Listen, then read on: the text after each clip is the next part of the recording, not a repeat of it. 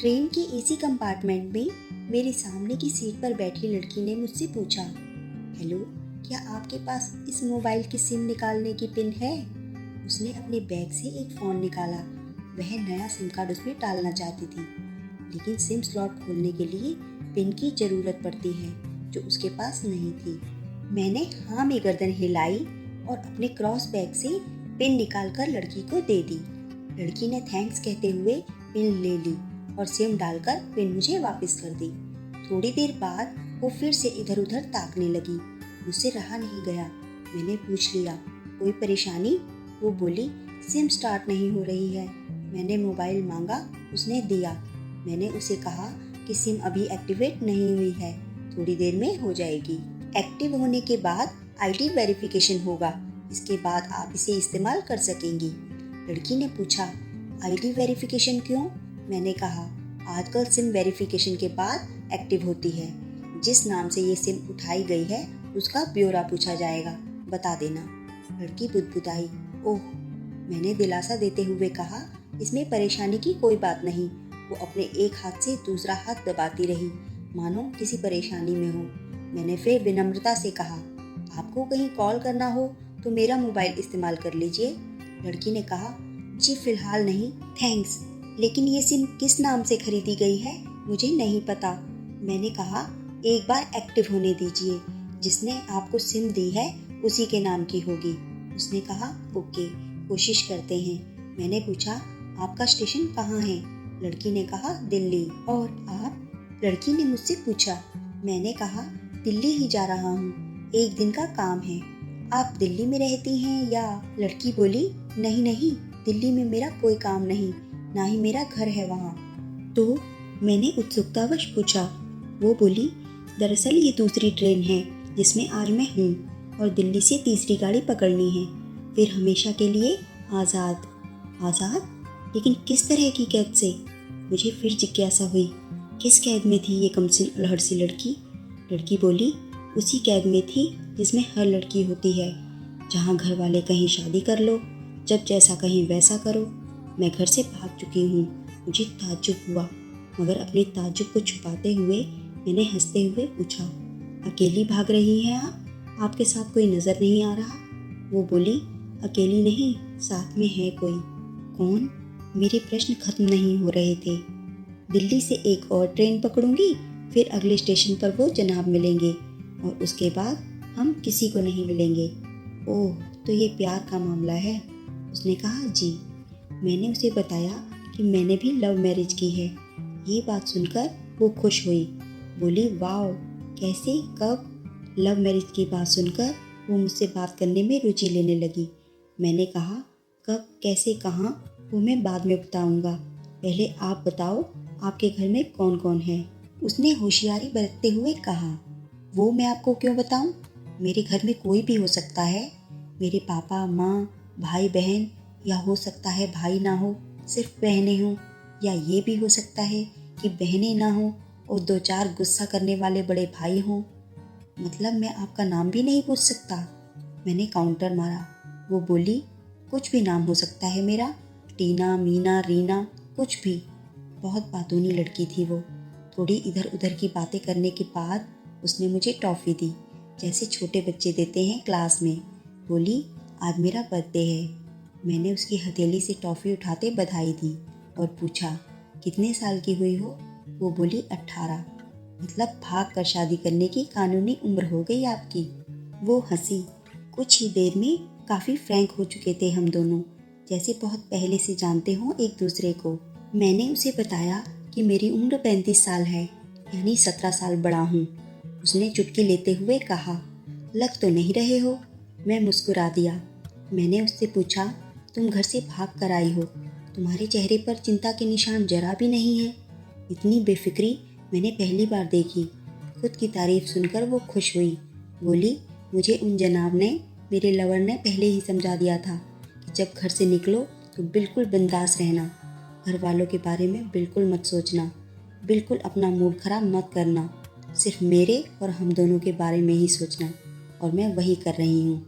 मैंने फिर चुटकी ली। कहा, उसने तुम्हें मुझ जैसे अनजान मुसाफिर से दूर रहने की सलाह नहीं दी? उसने हंसकर जवाब दिया, नहीं, शायद वो भूल गया होगा ये बताना। मैंने उसके प्रेमी की तारीफ करते हुए कहा, वैसे तुम्हारा बॉयफ्रेंड काफ़ी टैलेंटेड है। उसने किस तरह से तुम्हें अकेले घर से रवाना किया, नई सिम और मोबाइल दिया, 3 ट्रेनें बदलवाईं ताकि कोई ट्रैक न कर सके। Very talented person. लड़की ने हामी भरी, बोली, बहुत टैलेंटेड है वो, उसके जैसा कोई नहीं। मैंने उसे बताया कि मेरी शादी को 10 साल हुए हैं, एक बेटी है 8 साल की और एक बेटा 1 साल का। ये देखो उनकी तस्वीर। मेरे फ़ोन पर बच्चों की तस्वीर देखकर उसके मुंह से निकल गया, सो क्यूट। मैंने उसे बताया कि ये जब पैदा हुई तब मैं कुवैत में था, एक पेट्रो कंपनी में बहुत अच्छी जॉब थी मेरी, बहुत अच्छी सैलरी थी। फिर कुछ महीनों बाद मैंने वो जॉब छोड़ दी और अपने ही कस्बे में काम करने लगा।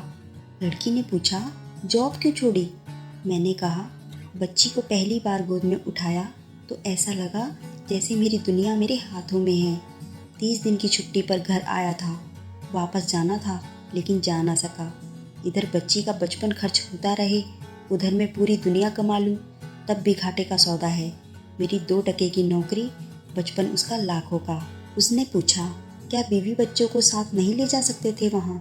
मैंने कहा, काफ़ी टेक्निकल मामलों से गुजरकर एक लंबे समय के बाद रख सकते हैं। उस वक्त ये मुमकिन नहीं था, मुझे दोनों में से एक को चुनना था, आलीशान रहन सहन के साथ नौकरी या परिवार। मैंने परिवार चुना, अपनी बेटी को बड़ा होते देखने के लिए। मैं कुवैत वापस गया था लेकिन अपना इस्तीफ़ा देकर लौट आया। लड़की ने कहा, वेरी इम्प्रेसिव। मैं मुस्कुराकर खिड़की की तरफ देखने लगा। लड़की ने पूछा, अच्छा, आपने तो लव मैरिज की थी ना, फिर आप भागकर कहाँ गए? कैसे रहे और कैसे गुजरा वो वक्त? उसके हर सवाल और हर बात में मुझे महसूस हो रहा था कि ये लड़की लड़कपन के शिखर पर है, बिल्कुल नासमझ और मासूम छोटी बहन सी। मैंने उसे बताया कि हमने भागकर शादी नहीं की और ये भी है कि उसके पापा ने मुझे पहली नज़र में सख्ती से रिजेक्ट कर दिया था। उन्होंने आपको रिजेक्ट क्यों किया? लड़की ने पूछा। मैंने कहा, रिजेक्ट करने का कुछ भी कारण हो सकता है, मेरी जाति, मेरा काम, घर, परिवार। बिल्कुल सही।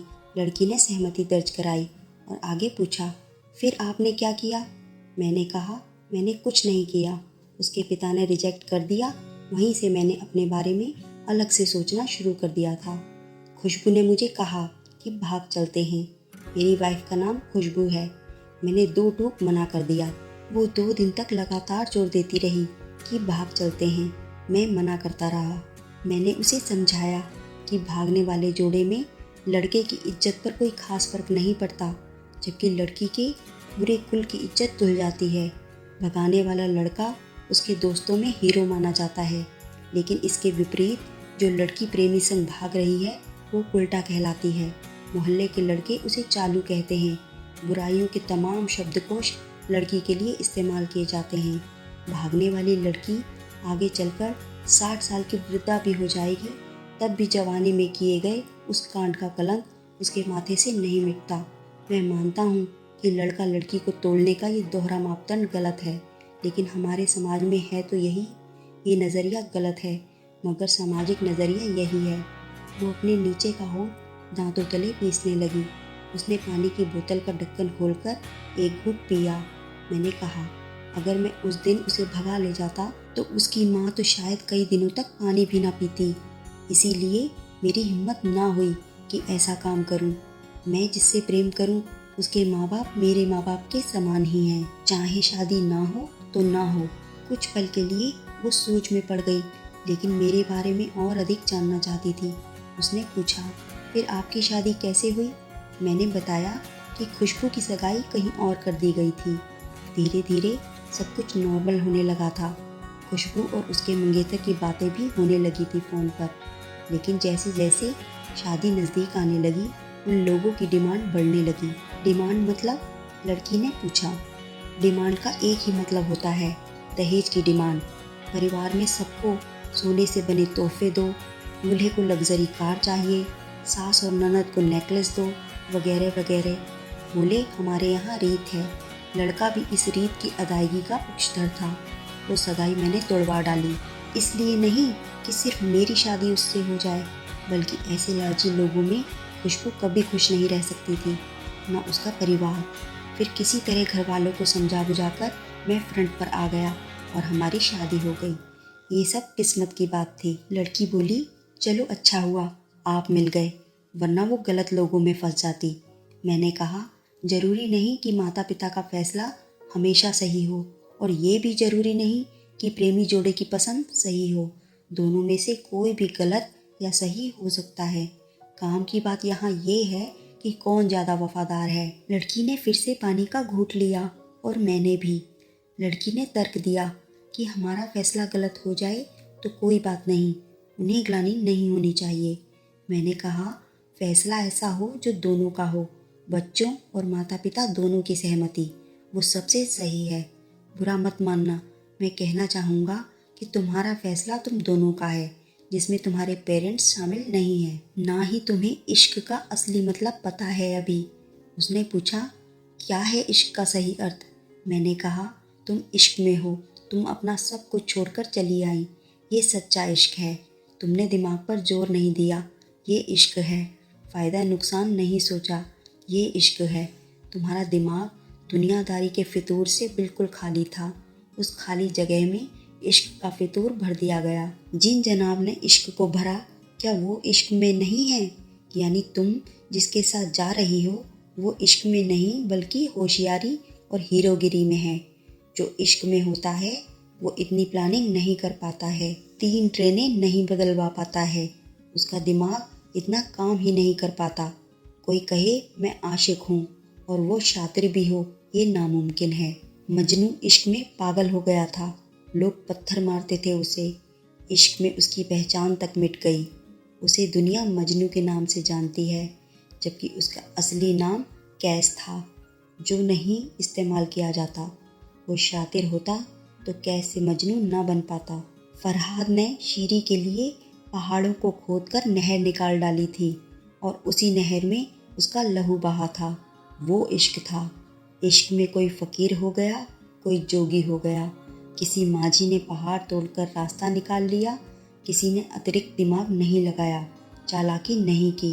लालच, हवस और हासिल करने का नाम इश्क नहीं है। इश्क समर्पण करने को कहते हैं, जिसमें इंसान सबसे पहले खुद का समर्पण करता है, जैसे तुमने किया। लेकिन तुम्हारा समर्पण हासिल करने के लिए था, यानी तुम्हारे इश्क में लालच की मिलावट हो गई। लड़की अचानक खो सी गई। उसकी खिलखिलाहट और खिलंदड़ापन एकदम से खामोशी में बदल गया। मुझे लगा मैं कुछ ज़्यादा बोल गया, फिर भी मैंने जारी रखा। मैंने कहा, प्यार तुम्हारे पापा तुमसे करते हैं, कुछ दिनों बाद उनका वजन आधा हो जाएगा। तुम्हारी माँ कई दिनों तक खाना नहीं खाएगी, ना पानी पिएगी, जबकि आपको अपने आशिक को आजमा कर देख लेना था। ना तो उसकी सेहत पर फर्क पड़ता, ना दिमाग पर। वो अक्लमंद है, अपने लिए अच्छा सोच लेता। आजकल गली मोहल्ले के हर तीसरे लौंडे लपाटे को जो इश्क हो जाता है वो इश्क नहीं है, वो सिनेमा जैसा कुछ है। एक तरह की स्टंटबाजी, डेयरिंग, अलग कुछ करने का फितूर और कुछ नहीं। लड़की के चेहरे का रंग बदल गया। ऐसा लग रहा था वो अब यहाँ नहीं है। उसका दिमाग किसी अतीत में टहलने निकल गया है। मैं अपने फ़ोन को स्क्रॉल करने लगा, लेकिन मन की इंद्री उसकी तरफ थी। थोड़ी ही देर में उसका और मेरा स्टेशन आ गया। बात कहाँ से निकली थी और कहाँ पहुँच गई। उसके मोबाइल पर मैसेज टोन बजी। देखा, सिम एक्टिवेट हो चुकी थी। उसने चुपचाप बैग में से आगे का टिकट निकाला और फाड़ दिया। मुझे कहा, एक कॉल करना है। मैंने मोबाइल दिया। उसने नंबर डायल करके कहा, सॉरी पापा, और सिसक सिसक कर रोने लगी। सामने से पिता भी फ़ोन पर बेटी को संभालने की कोशिश करने लगे। उसने कहा, पिताजी आप बिल्कुल चिंता मत कीजिए, मैं घर आ रही हूँ। दोनों तरफ से भावनाओं का सागर उमड़ पड़ा। हम ट्रेन से उतरे। उसने फिर से पिन मांगी। मैंने पिन दी। उसने मोबाइल से सिम निकाल कर तोड़ दी और पिन मुझे वापस कर दिया। कहानी को अंत तक पढ़ने के लिए धन्यवाद। देश की सभी बेटियों को समर्पित ये मेरा दावा है, माता पिता से ज़्यादा तुम्हें दुनिया में कोई प्यार नहीं करता। कहानी पढ़कर शेयर अवश्य कीजिएगा। शायद कोई परिवार, कोई बेटी और उनका भविष्य इससे बच जाए। धन्यवाद।